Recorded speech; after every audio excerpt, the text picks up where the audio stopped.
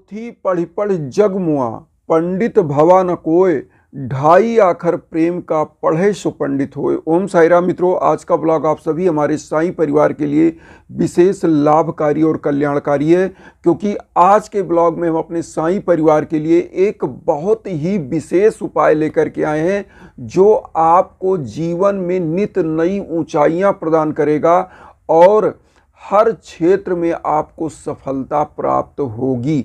तो इस उपाय में क्या क्या विधि है और कैसे करना है, यह चीज़ बताने से पहले तो हम यह बताना चाहते हैं कि जब भी आपके जीवन में कोई भी कठिनाई हो, कोई भी क्षेत्र हो, जहाँ भी आप कार्य कर रहे हो, वहाँ पर आपको दिक्कतें महसूस हो रही हों, या आप किसी कार्य का श्री गणेश करना चाहते हैं और उसमें आपको सफलता चाहिए और 100% सफलता चाहिए, तो क्या करना चाहिए? सबसे बड़ा चीज़ ये होता है कि साईं बाबा का जो उपाय होता है वह निश्चित रूप से आपको चमत्कारिक परिणाम देता है। आप खुद जानते हैं, इस कलयुग में देखिए, अगर चमत्कार ना होता तो लोग नमस्कार ना करते। मैं आपको सत्य बता रहा हूँ, क्योंकि यह कलयुग के लोग सब स्वार्थी हैं। बिना स्वार्थ का कोई व्यक्ति किसी से जुड़ा नहीं है। तो स्वार्थ बस संसार जगत में कोई नहीं। यहाँ पर अगर आपको सफलता लेना है तो स्वार्थ को त्यागिए और प्रभु के श्री चरणों में हमेशा के लिए झुकिए, और जो चीज़ हम बता रहे हैं उस उपाय को आप करिए। साईं बाबा निश्चित आपकी मनोकामनाएं पूरी करेंगे। सबसे पहले आपको करना क्या चाहिए?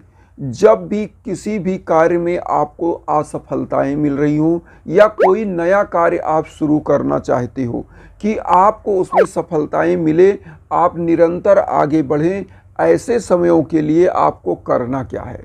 देखिए, सबसे पहला तो होता है कि शुभ मुहूर्त देखना। शुभ मुहूर्त आप क्या करें? किसी पंचांग में किसी पंडित से पूछ सकते हैं कि उस दिन गुरु पुष्य नक्षत्र हो, या गुरु का दिन हो, या कोई शुभ तिथि हो, उस समय में आप उस चीज़ का अगर श्री गणेश कर रहे हैं तो उस समय में होना चाहिए, क्योंकि सही समय में सही दिशा में कार्य अगर किया जाता है तो सफलताएं निश्चित मिलती हैं। अब यहाँ पर ध्यान से यह सुनना है कि आगे क्या करना है। शुभ नक्षत्र शुभ तिथि आपने देख लिया। अब अगर आपको असफलताएं मिल रही हैं हर क्षेत्र में, तो आपको क्या करना है? वह सब चीज़ों के लिए ध्यान से आपको सुनना है। देखिए, जो भी कार्य आप करने जा रहे हैं, प्रथम निमंत्रण भगवान साईं को, गुरुदेव साईं को आप देंगे। कैसे देंगे, यह चीज़ आप सुनिएगा ध्यान से। एक कागज लीजिए, बाबा का 11 वचन आप लिख लीजिए। किससे? रेड इंक से, रेड इंक के पेन से आप इसको लिख लीजिए। लिखने के बाद आप क्या करें कि इसी के पीछे अपनी जो चीज़ आप शुरू करने जा रहे हैं उसको लिखिए, और जिसमें असफलताएं मिल रही हों उसको लिख सकते हैं, या जो मनोकामनाएं आपकी उसको लिख सकते हैं। इस चीज़ को लिखकर आप रख लीजिए। साईं बाबा की एक छोटी सी प्रतिमा, छोटा सा फोटो, पोस्टर, जो भी आपके पास है, श्रद्धा से उसको रख लें। एक घी का दीप रखें और एक धूप बत्ती सुगंधित जला दें। इतना चीज करने के बाद आप स्वच्छता के साथ बाबा के श्री चरणों में श्रद्धा और सबरी के साथ बैठना है। करना क्या है? साईं बाबा का जो साईं चालीसा होता है, साईं बावनी होता है, साईं चालीसा और साईं बावनी दोनों आपको पढ़ना है। और पढ़ने के बाद जो आपने घी का दीप जलाया है, जो कागज आपने रखा है, जो लिया है, उसी के ऊपर ही रख दीजिए। मतलब कागज को क्या करिए कि नीचे रखिए, उसके ऊपर दीप को प्रज्वलित कर दीजिए।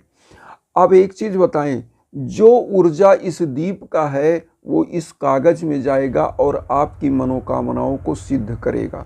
इस कागज को अब आप पूछेंगे कि कागज को रख दिया, सब कुछ कर दिया, अब क्या करें? बाबा के सम्मुख जो है साईं चालीसा, साईं बावनी आप पढ़ेंगे। पढ़ने के बाद बाबा को श्री चरणों में पीला चंदन लगाएं, वही चंदन खुद लगाएं, और उसके बाद क्या करना है? साईं बाबा के श्री चरणों में कुछ पुष्प अर्पित करिए। पुष्प अर्पित कर दीजिए। बहुत सारे लोग ये भी कहते हैं गुरुजी पुष्प नहीं मिला, गुरुजी कोई दिक्कत नहीं, नहीं मिलता है कोई बात नहीं, आस्था के पुष्प चढ़ाइए, श्रद्धा के पुष्प चढ़ाइए।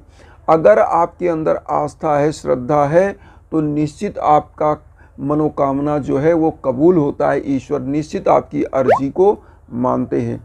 तो यह चीज़ आप करिए। और उसके बाद क्या करना है, जब आपको इस उपाय को 7 बृहस्पतिवार तक इस कागज़ को रखना है और फिर यही चीज़ करना है। साईं चालीसा, साईं बावनी पढ़ना है, एक दीप घी का प्रज्वलित करना है, धूप बत्ती प्रज्वलित करना है, पुष्प बाबा के श्री चरणों में चढ़ाना है, पीला चंदन लगा के बाबा के श्री चरणों में खुद लगा लीजिए। और इस उपाय को करके 7वें बृहस्पतिवार को इस कागज को किसी बहते हुए जल में, पवित्र तालाब सरोवर में इसको प्रवाहित कर देना है। और फिर देखिएगा आपके लिए ऊर्जा कैसे मिलती है, आपकी मनोकामनाएं कैसे पूरी होती हैं। यहाँ पर एक चीज़ और कहेंगे, जिन माताओं बहनों के बच्चे नहीं हो रहे हैं, जिन माताओं बहनों के बच्चे युवा हैं, उनकी शादियाँ नहीं हो पा रही हैं, उनको क्या करना चाहिए। सेम यही उपाय करिए। उनका नाम लिखिए, कागज़ में मनोकामना लिखिए और इसको करने के बाद एक काम करें, जिनके युवा बच्चे बच्चियां हैं, जिनको सफलता मतलब शादी के योग हो गए, शादियां नहीं हो पा रही हैं, तो वो क्या करें, किसी गरीब महिला को एक मतलब वस्त्र रखें पूरा, उसमें 16 श्रृंगार की वस्तुएं रखें, बाबा के श्री चरणों में अर्पित कर दें, 11 रुपये अर्पित करके, या पूरा 16 श्रृंगार का और वस्त्र किसी सुहागन महिला को बृहस्पतिवार को दान कर दें। ऐसी मान्यता है कि जैसे ही दान किया जाता है उस बच्ची के सौभाग्य में वृद्धि होती है। अब यहाँ पर आता है कि ये हो गया, तो जिन लोगों के लिए यह उपाय किया जा रहा है, सेम इस कागज़ को 7 बृहस्पतिवार उपाय ही करना है। 7वें बृहस्पतिवार को आपको इसको जल में प्रवाहित करना है। और यह हम क्यों शादी का उपाय इसको बताए, ये भी बता दें। जो गुरु देवता होते हैं, गुरुवार को यह उपाय कर रहे हैं, तो गुरु ही शादी का कारक होते हैं। अगर कुंडली देखेंगे तो भी, और ऐसे भी मान्यता है कि गुरु ही शादी का कारक होते हैं। तो यह हो गया, इसको भी आपको जल में प्रवाहित कर देना कागज़ को 7वें बृहस्पतिवार। और वही जो मैंने बताया वो करिए।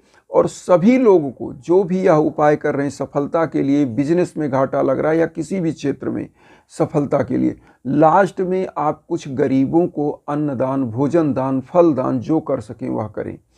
अब यहाँ पर आता है कि जब जीवन में भीषण बाधा हो, सफलताएं ना मिल पा रही, कोई भी उपाय आपने किया हो, ऐसे समयों में आपको हवन का सहारा लेना चाहिए। मैं बार बार यह चीज़ बताता हूँ, क्योंकि देखिए छोटे छोटे उपाय आप श्रद्धा और अपने विश्वास से करिए, लेकिन जब बड़े उपाय, जब आपके जीवन में भीषण बाधाएं आ रही हैं, बच्चे बच्चियों को सफलता नहीं मिल रही है, शादी ब्याह समय पे नहीं हो पा रहा है, संतान नहीं प्राप्ति समय पर हो रहा है, या घर नहीं प्राप्त हो पा रहा है, गृह निर्माण नहीं हो पा रहा है, घर में रोग दोष बढ़ रहा है, ऐसे समयों में हवन कराना ही चाहिए। दिव्य हवन जो जड़ी बूटियों से होता है, आप ऑल ओवर वर्ल्ड में कहीं हो, निश्चित आपके जीवन में कल्याणकारी सिद्ध होता है। अभी मैं एक और आप लोगों को सूचना खुशी का विषय बताऊं। हमारे अमेरिका के एक परिवार जो है वहाँ पर काफ़ी समय से रह रहे थे, लेकिन उन्होंने कई बिजनेस किया और उनको घाटे लग रहे थे। आज वह परिवार रेस्टोरेंट डाला। कोरोना के बाद आज उनका बिजनेस बहुत ही अच्छा चल रहा है और प्रभु इसी तरह से उनको तरक्की दे। कल ही उनका फ़ोन आया, उन्होंने बताया गुरुदेव आपके द्वारा जो हवन हुआ उससे हमारे परिवार का कल्याण हो रहा है।